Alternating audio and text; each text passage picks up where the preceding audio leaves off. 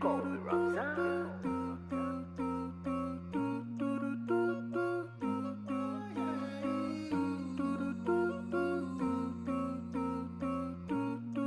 So we talked about the less is more concept, love, excel, and serve. Okay, and now how do you plan to grow your business? Yeah, so in terms of how to grow the business, what my business partner and I are doing right now is building systems and processes to be able to scale our business. Because only for a certain period of time could we, myself and my business partner, deal with everything ourselves in terms of the work that we're doing for clients. Now that we want to take the business to the next level, with more clients, coming in and whatnot, we have to build a team around us. We have to outsource certain tasks. We have to delegate certain tasks, and that's the only way, because our time is limited. So what we have to do is, again, try to, stop working in the business, but rather start working on the business, right? So that's really what we're in the middle of right now. There's a really good book that we were recommended by our mentor. It's called Traction, and so we are reading through that book and following the systems that are outlined to organize the different moving parts of our business, and then enabling us to then scale quicker, more effectively and efficiently. So that's what we're currently working on. And then, also marketing wise, just trying to get the word out there more about our company. Because what's really interesting is that we haven't actually marketed ourselves publicly yet. So we started this business back in like August or September of last year. And, by God's blessing, we haven't actually put ourselves out there. There are many people that are not even aware that our company exists. And that's because it's kind of bittersweet, because we've been able to sustain our business just based on word of mouth or referrals or returning customers. And, we've just been kind of busy with that. So the reason I say it's bittersweet, that's a great thing to have, is people constantly coming back and coming through referrals and word of mouth. But at the same time, because of that, we almost kind of were lazy about marketing ourselves, because we're like, oh, we got business coming in, it's all good.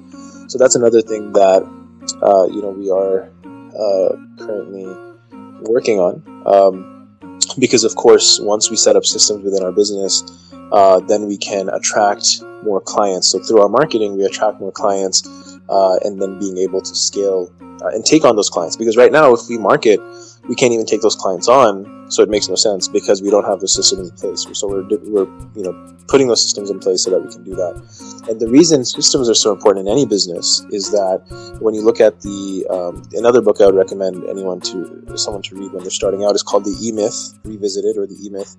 It's one of the most popular, most fundamental business books that talks about essentially the franchise model and how you take a business, and essentially create a system that can be duplicated, right?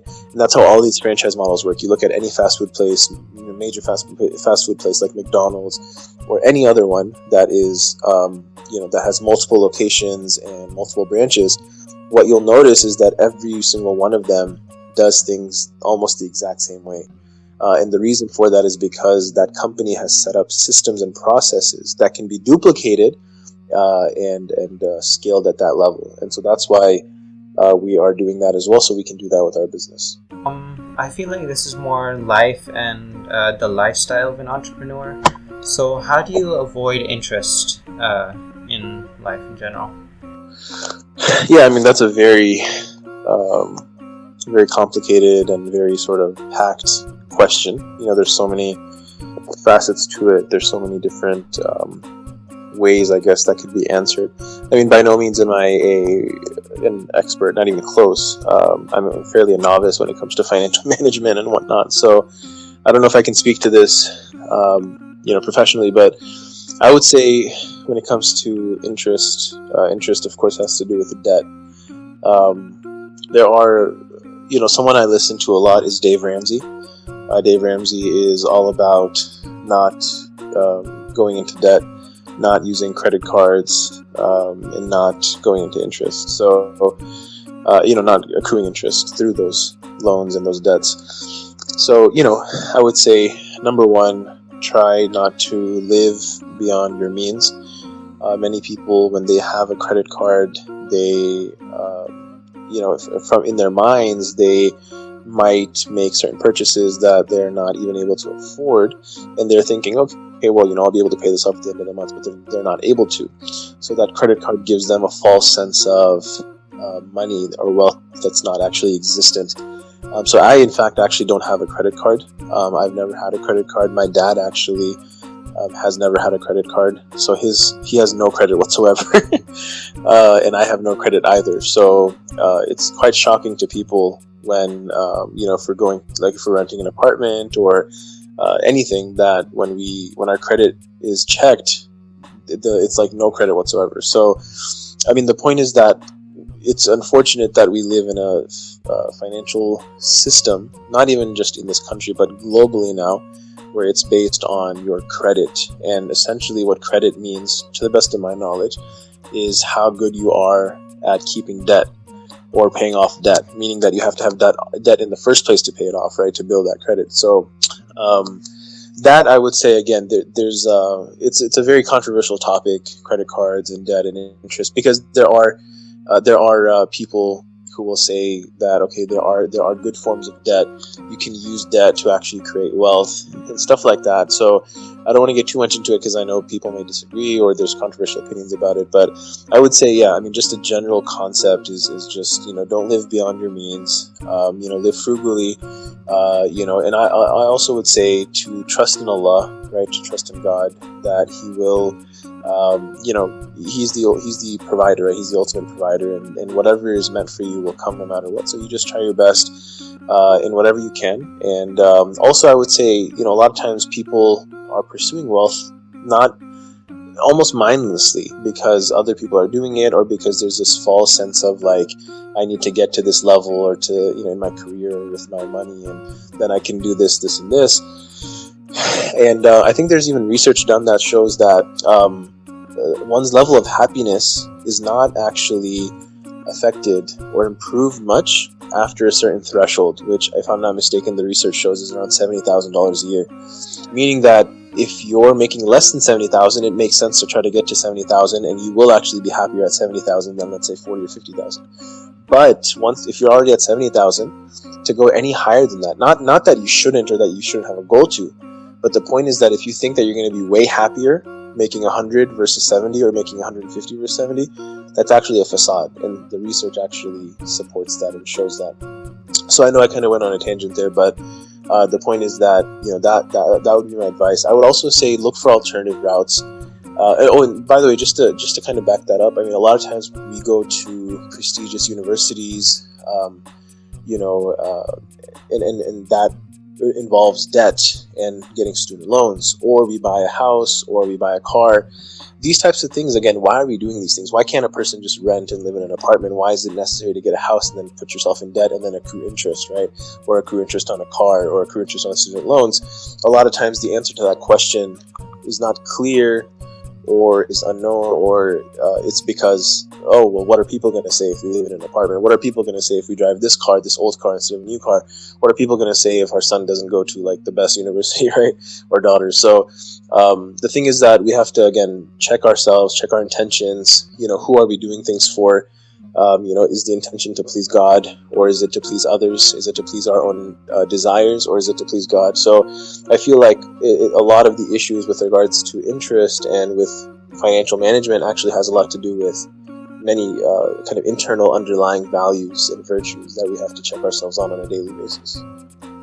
I think one example that I can give for an intention that's pure is providing for your children and wanting the best life for your children. For example, an adult is not going to get a pool for themselves usually, right? They would want it for their kids to have fun, and that just boils down to can I afford it, and is it within my means? Another thing I was going to mention at the end was that to find alternative methods to avoid paying interest.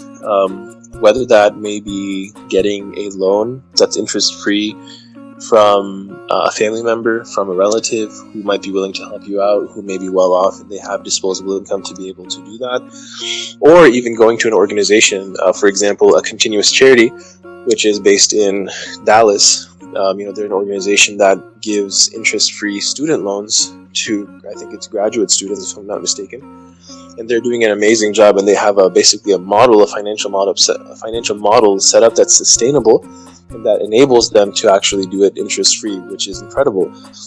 So to be able to go to and pursue a higher education for someone, whether it's, I can't remember if it's undergrad and grad or if it's only graduate, but the point is that, that's where the costs for education really become high.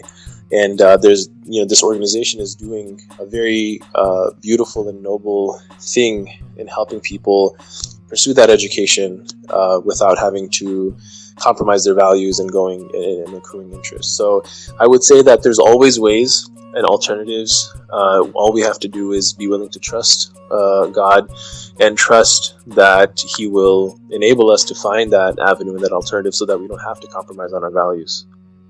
And the main reason I asked this question is because I want to do a lot more interviews and gain more experience.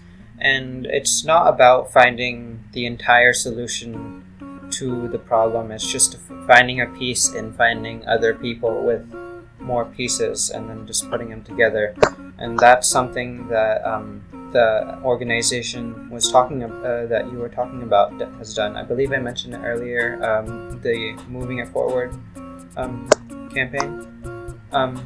So that's something that I want to focus on, is that when I want to solve a problem, I can't come up with every single piece of that larger problem, a huge problem. But if I find other people who are also working on that problem and can contribute to solving that problem, you can put pieces together and work towards a greater goal. Yeah, absolutely. I completely agree. That you want to definitely try to find. You're never going to be the first person who has thought of or wants to help solve a certain problem. So going out there and trying to find solutions will help you contribute to those solutions, but then also potentially find those solutions for yourself and your family as well.